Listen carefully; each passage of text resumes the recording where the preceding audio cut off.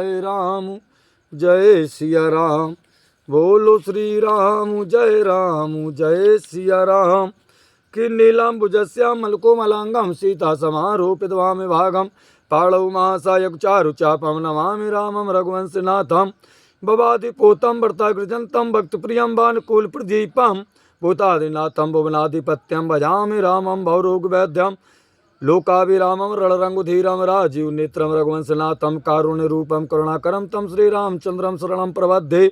सकेते मत्वा प्रसवमिदुक्तम, हे कृष्ण हे यादव हे सकेते, अजानता मैं मानम तवेदम मया प्रमादात प्रणेनु वापे।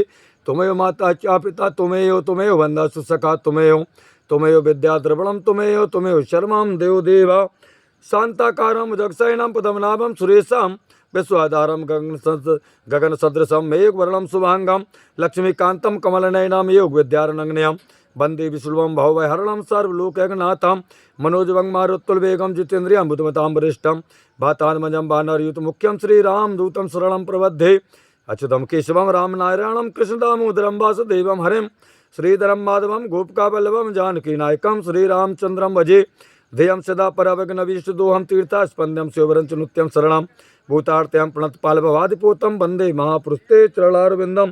बोलिए श्री सिद्ध बाबा महाराज की जय जयकार हो, बोलिए श्री मनसला मैया की जय जयकार हो, बोलिए बाबा गुरु महाराज की जय जयकार हो। त्यागत्वा सुदेश स्वरूप सिद्ध राजलक्ष्मी धर्मिष्ठवासी यदग्रणयम, माया मृगम दैतेप्सित मन धावत वंदे महापुरुषते चरणारविंदम। बोलिए श्री सदगुरुदेव भगवान की जय जयकार हो, बोलिए श्री काका गुरु महाराज की जय जयकार हो, बोलिए श्री सब संतन की जय जयकार हो, सब भक्तन की जय जयकार हो।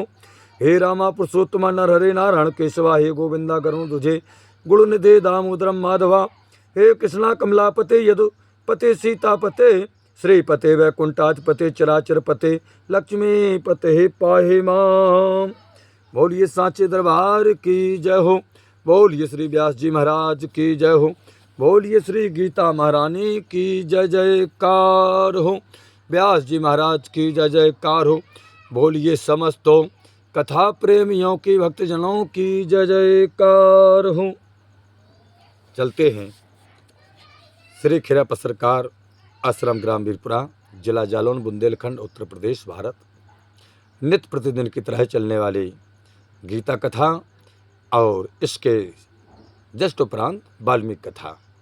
तो चलते हैं 18वें अध्याय का 12वें श्लोक का 6ठा भाग प्रारंभ होने जा रहा है। परम पूज्य सुखरामदास जी महाराज कहते हैं कि जो कहानी कल की उसमें बताई गई है, कहते हैं कि इस कहानी से यह सिद्ध हुआ कि हमारे पर दूसरा का जो कर्जा है वह हमारे छोड़ने से नहीं छूट सकता महाराज। ऐसे ही हम भगवान के आज्ञा के अनुसार शुभ कर्मों को तो भगवान के अर्पित करके उनके बंधन से हम छूट सकते हैं। अपने भगवान की आज्ञा के अनुसार शुभ कर्मों को भगवान के चरणों में अर्पण करके उनके बंधन से तो छूट सकते हैं। किनके बंधन से? शुभ कर्मों के बंधन से। पर अशुभ कर्मों को जो फल है अशुभ कर्मों का, सुखरामदास जी महाराज कहते हुआ है तो हमको भोगना पड़ेगा। इसलिए शुभ और अशुभ कर्मों में एक कायदा कानून नहीं है, एक सा नहीं है। शुभ कर्मों और अशुभ कर्मों में एक कायदा कानून नहीं है। अगर ऐसा नियम बन जाए कि भगवान के अर्पण करने से ऋण और पाप कर्म छूट जाए तो फिर सभी प्राणी मुक्त हो जाएं, परंतु ऐसा संभव नहीं। परम पूज्य सुखरामदास जी महाराज कहते हैं कि हाँ, इसमें एक मार्मिक बात जरूर है। बोले क्या है? कहते हैं कि अपने आप को, स्वयं को सर्वदा भगवान के अर्पित कर देने पर, यानी शरणागत हो जाने पर, अर्थात सर्वदा भगवान के शरण हो जाने पर पाप पुण्य सर्वदा नष्ट हो जाते हैं। गीता महारानी के 18वें अध्याय का आगे 66वां श्लोक आएगा, इसका व्याख्यान करेगा। वह है कि भगवान के शरण में अपने आप को समर्पण कर दो तो बोले पाप पुण्य सर्वदा नष्ट हो जाते हैं, दोनों सर्वदा नष्ट हो जाते हैं। अब सुखरामदास जी महाराज कहते हैं कि यहाँ पर महाराज दूसरी एक शंका पैदा होती है। क्या शंका पैदा होती है?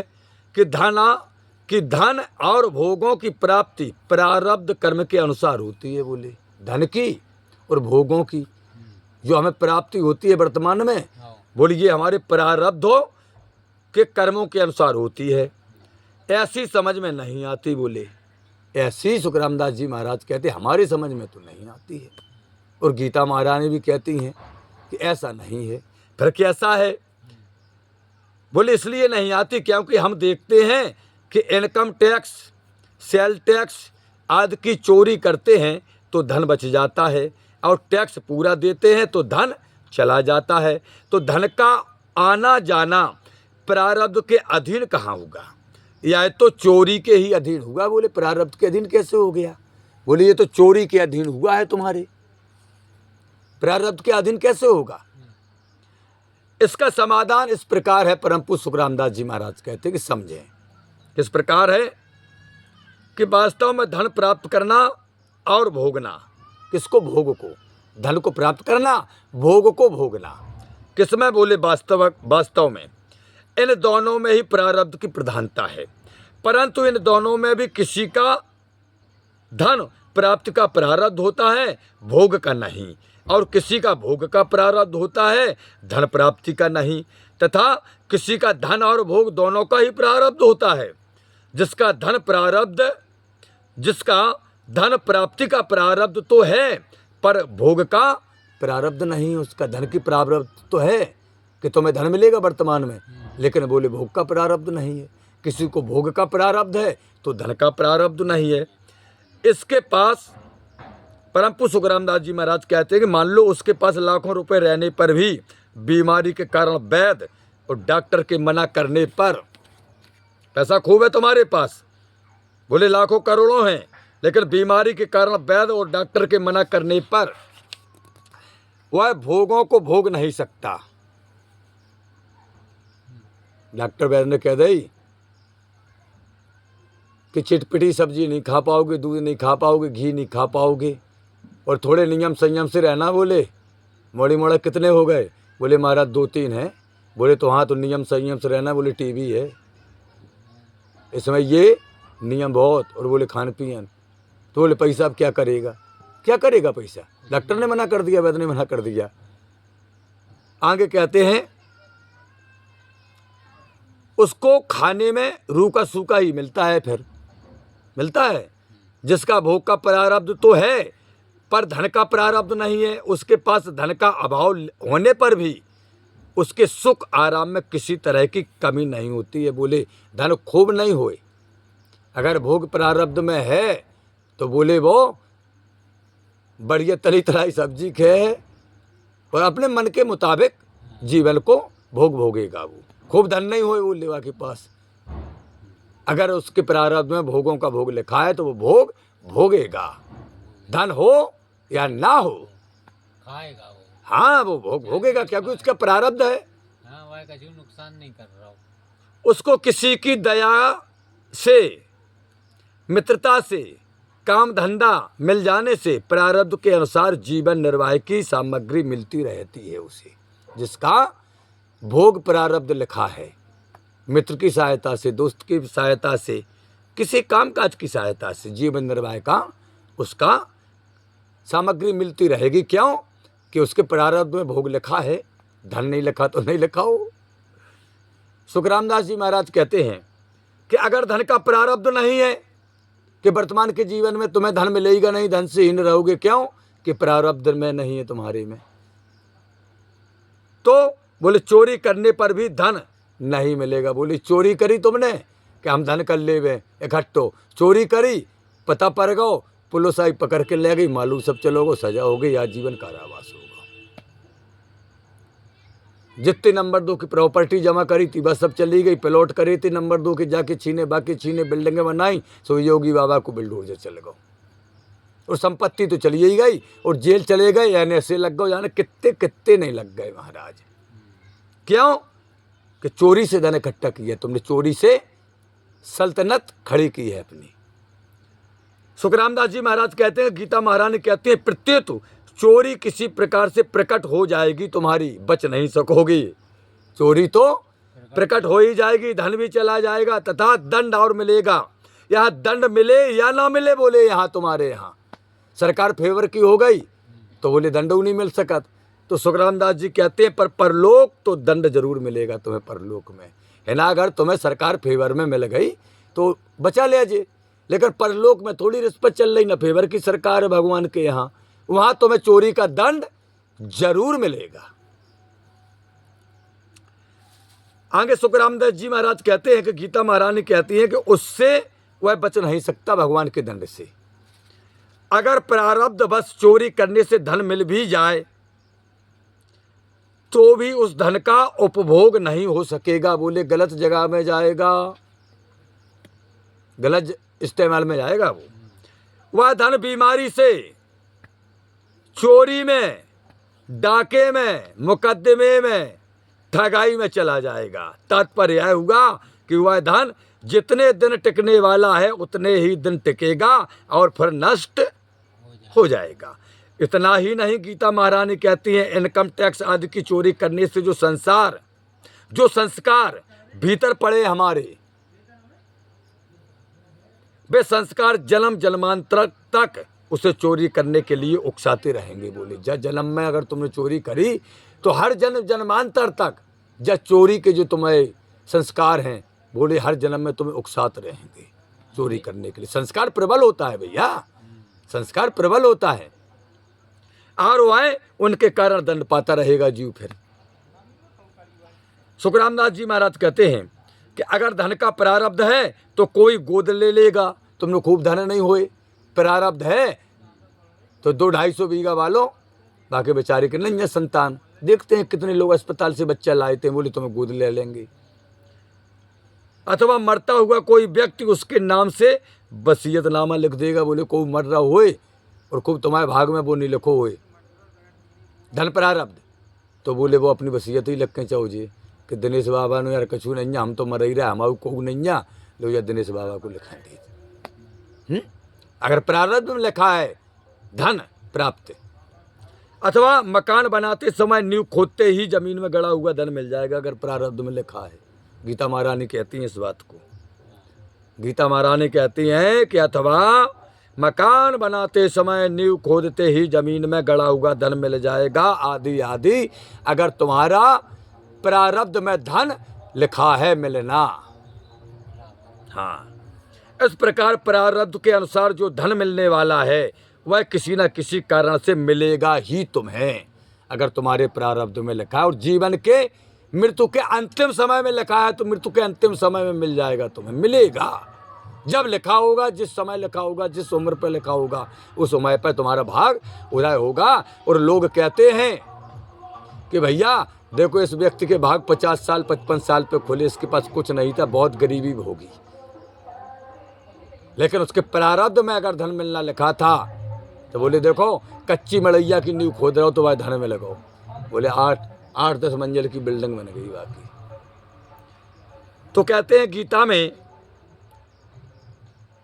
इस प्रकार प्रारब्ध के अनुसार जो धन मिलने वाला है वह किसी न किसी कारण से हमें मिल ही जाएगा, परंतु मनुष्य प्रारब्ध पर तो विश्वास करता नहीं है। बोले जाने लिखो कि नहीं लिखो, चलो कोनो गुनिया हो यार, देखो कहूँ गड़ो हो तो खा लेंगे, जा पर विश्वास करत।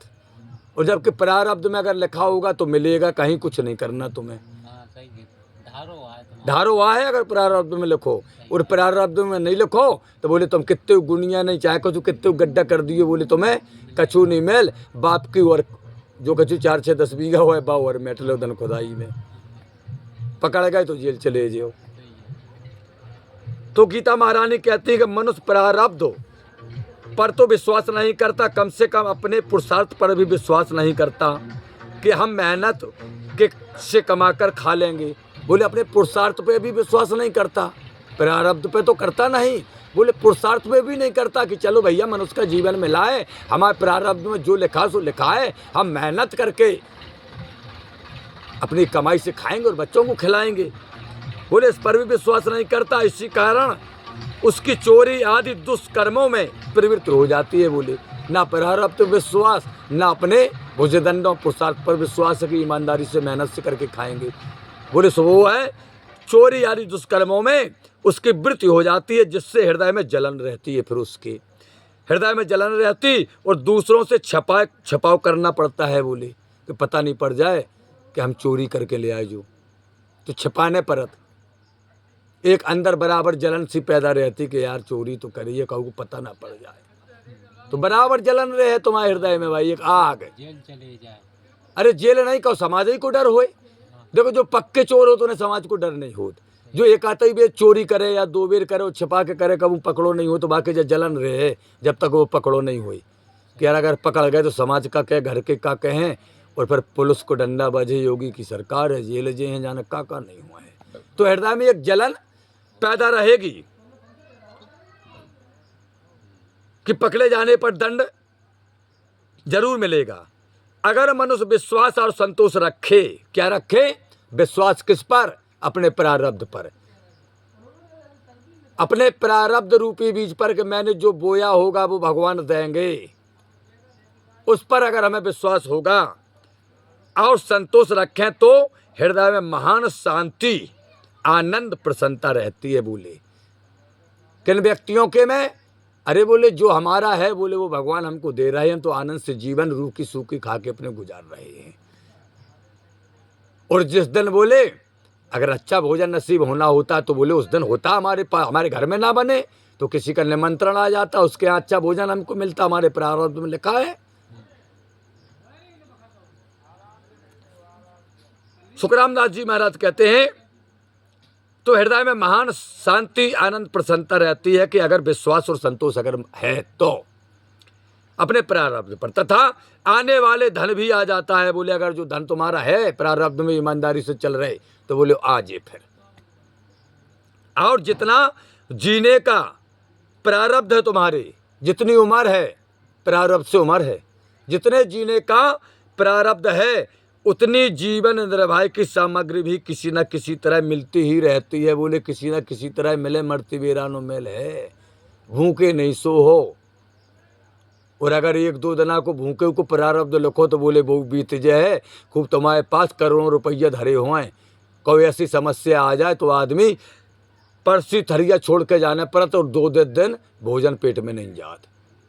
खूब घर सब कछू है, और जिनके घर कछू नहीं है उन्हें यार संजा के का हुआ है, कब बार ना घर भर को चूल को नोता हो जाए है, या कोई पड़ोसी दे दे।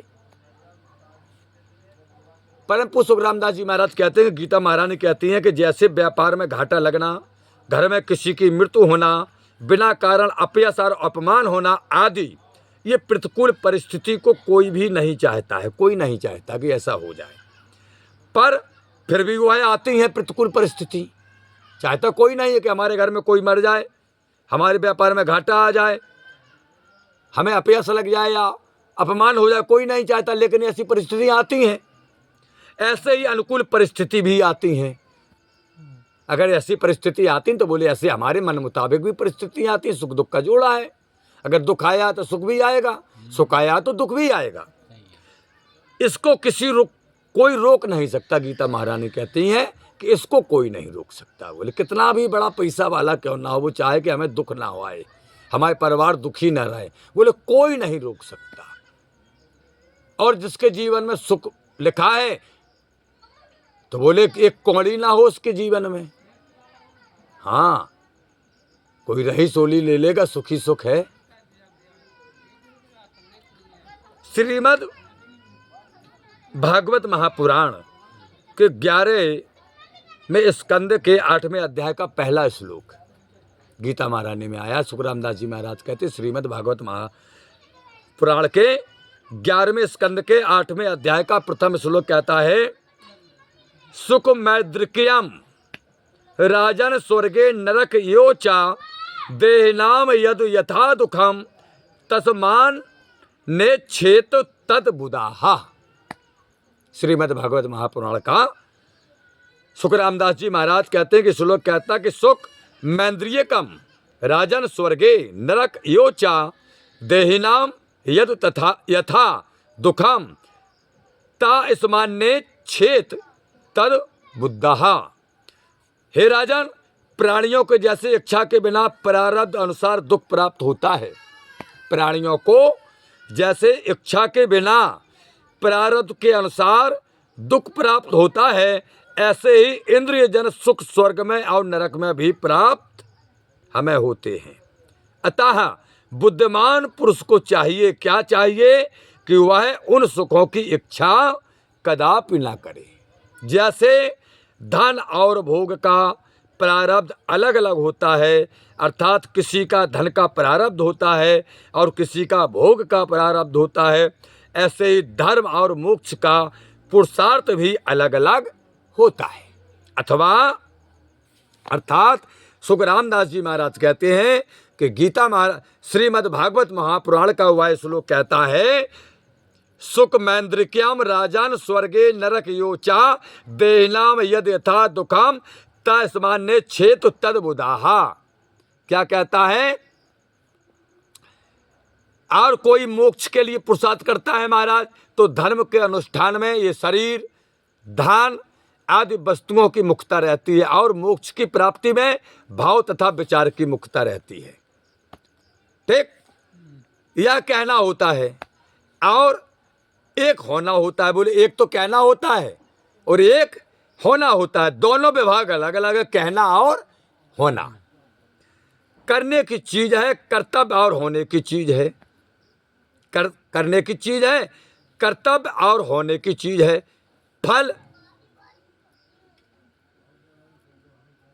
मनुष्य का कर्म करने में अधिकार है, फल में नहीं। मनुष्य का अधिकार किसमें है? मनुष्य का अधिकार किसमें है? कर्म करने में। उसका अधिकार फल में नहीं है मनुष्य का। गीता महारानी के दूसरे अध्याय का 47वां श्लोक कहता है इस बात को, कर्मण्योवाधिकारस्ते मां फलेषु कदाचन।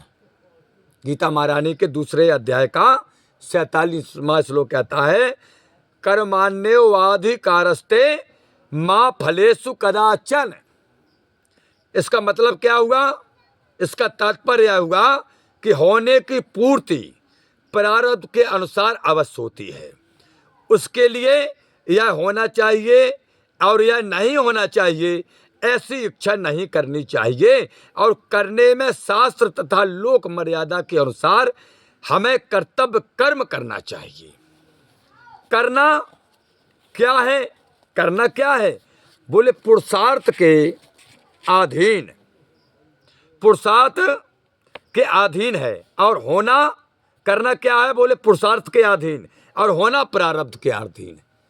कोई हमारा काम हो गया तो बोले ये प्रारब्ध के अधीन है, प्रारब्ध के अधीन है कि ये हमारा फलाना काम हो गया। और करना पुरुषार्थ के अधीन कि भैया हम ये काम कर रहे हैं, हम पुरुषार्थ कर रहे हैं, हम अच्छा कार्य कर रहे हैं, ये करना होता है। होना होता है प्रारब्ध के अनुसार। इसलिए मनुष्य करने में स्वाधीन है, मनुष्य कुछ भी कर सकता है, अच्छा बुरा स्वतंत्र है करने में। और होने में पराधीन है कि ये काम हमारा हो ही जाए और हो जाएगा, बोले ये नहीं, इसमें पराधीन। क्यों? कि ये तो प्रारब्ध के अनुसार हो जाएगा कि ना हो जाएगा। कर्म करने में हम स्वतंत्र हैं, हमें कर्म करना चाहिए। अब यह काम होगा कि नहीं होगा, यह हमारे प्रारब्ध के अनुसार है। मनुष्य की उन्नति में खास बात है, करने में समाधान रहे और होने में प्रसन्न रहे। क्रियमाण, संचित और प्रारब्ध तीनों कर्मों से मुक्त होने का उपाय है। किससे? क्रियमाण, संचित और प्रारब्ध तीनों कर्मों से मुक्त होने का क्या उपाय है? बोले प्रकृति और पुरुष ये दो हैं। बोले प्रकृति ये संसार और पुरुष बोले अलग अलग हैं, ये दो हैं। प्रकृति सदा क्रियाशील है, संसार परिवर्तनशील है, पर पुरुष में कभी परिवर्तन रूप क्रिया नहीं होती, परिवर्तन रूप क्रिया नहीं होती।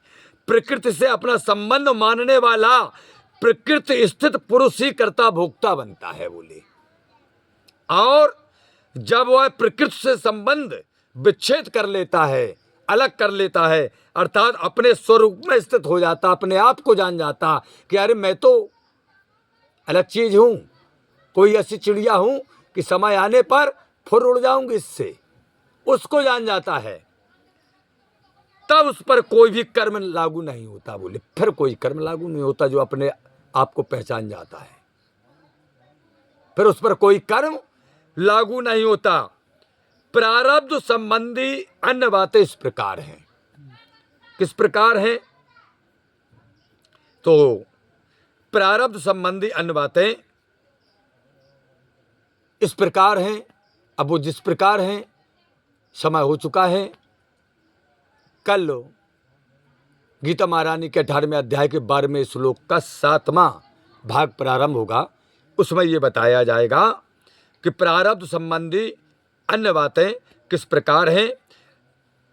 प्रथम बताते हैं, बोध हो जाने पर भी ज्ञानी का प्रारब्ध रहता है। बोले हमें आत्मज्ञान का बोध हो जाए फिर भी हमारा प्रारब्ध रहता है। यह कथन केवल अज्ञानियों को समझाने मात्र के लिए है। बोले बस किनके लिए? अज्ञानियों को समझाने के लिए है।